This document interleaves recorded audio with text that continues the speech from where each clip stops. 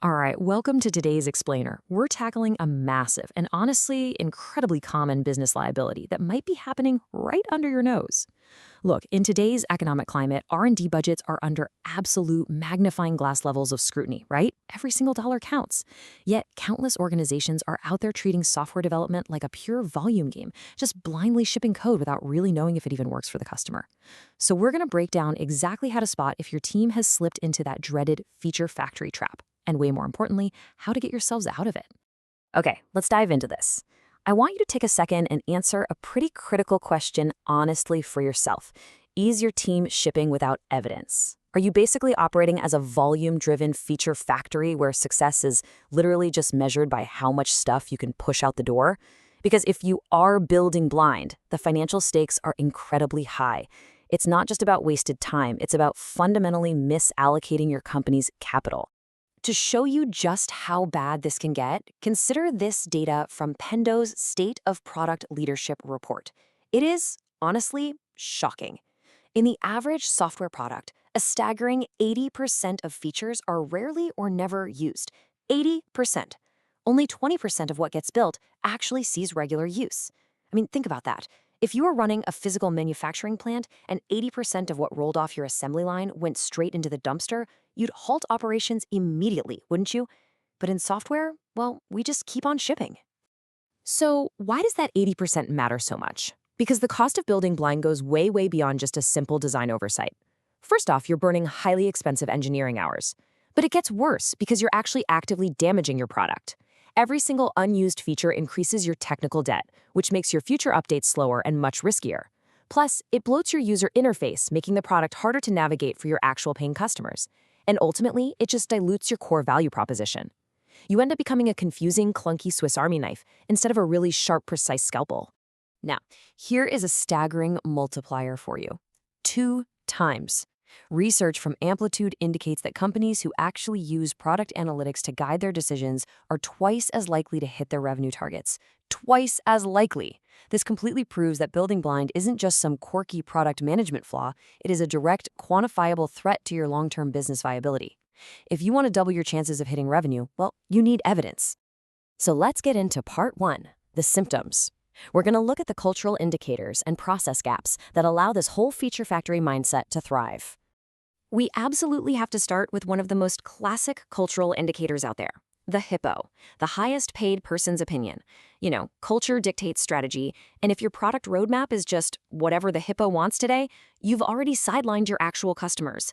When boardroom decisions completely replace real user research, you end up creating a massive and sometimes unbridgeable disconnect between what your product does and what the market actually needs from you. Next up, take a hard look at how you're measuring success. Is your team driven by output-focused velocity?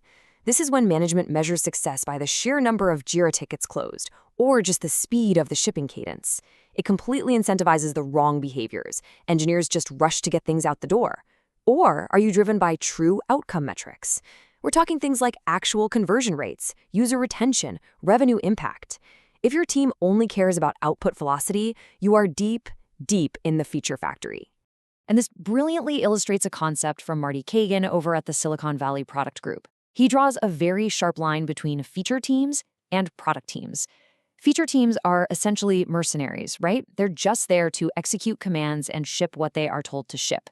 True product teams, on the other hand, are empowered missionaries. They are given a customer problem and they're actually trusted to find the best evidence-backed solution to solve it.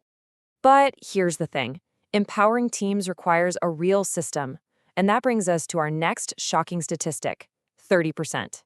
A 2023 Product Board survey revealed that while 90% of product managers identify user feedback as absolutely critical, only 30% actually have a structured system to integrate it into their prioritization.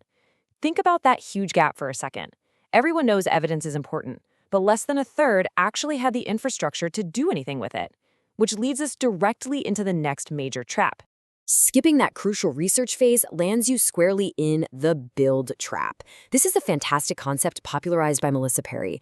The build trap happens when you completely skip discovery and just jump straight into building solutions for problems that, well, they might not even exist. You bypass the user research, you pop up in Jira, and you just start coding. It's incredibly dangerous because, sure, you feel super productive, but you're actually running full speed in the totally wrong direction. And a major symptom of that build trap is what we call anecdotal reliance. You know exactly what this is.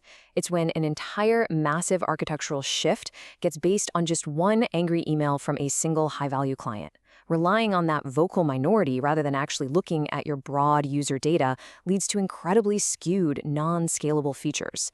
You essentially end up building custom software for one specific user rather than a scalable product for your actual market. To combat all of this, Teresa Torres champions this idea of continuous discovery habits. Remember, speed is only an advantage if you are moving in the right direction. If your roadmap is just a giant wish list, rapid delivery is really just accelerating your path to failure. Without continuous discovery, teams start treating every single experiment as this must-succeed project. They become totally terrified of failure, which means they stop iterating, they stop experimenting, and they just blindly follow orders. Let's move to part 2 and see how this builds into the blueprint, goal-based outcomes. This is your roadmap for reclaiming your R&D return on investment. First off, you need to completely eliminate the strategic disconnect on your team.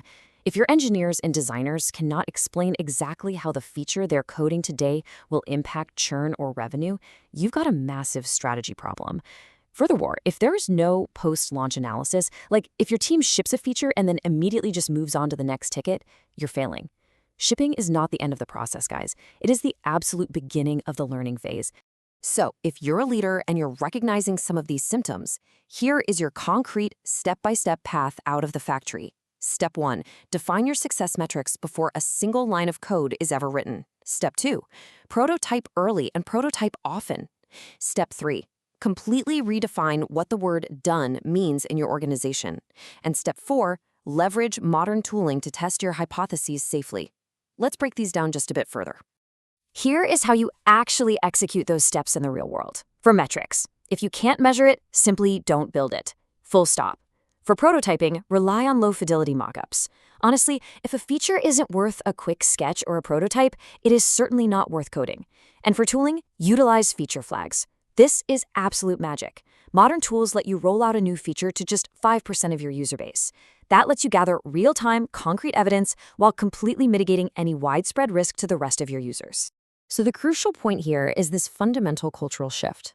You have got to move away from the old definition of done, which simply meant, hey, the code is in production. Who cares if it's in production if literally no one uses it? You have to embrace the new definition of done, which means the code is delivering measurable value to the user. Because at the end of the day, sustainable growth isn't about the sheer volume of code you can ship, it's about the actual value you create for your market. I want to leave you with this final paradigm-shifting thought. Stop asking, is it done? And start asking, did it work?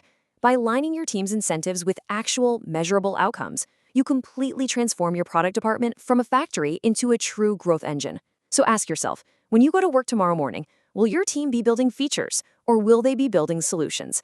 Thanks so much for joining me on this explainer. I hope this helps you build better.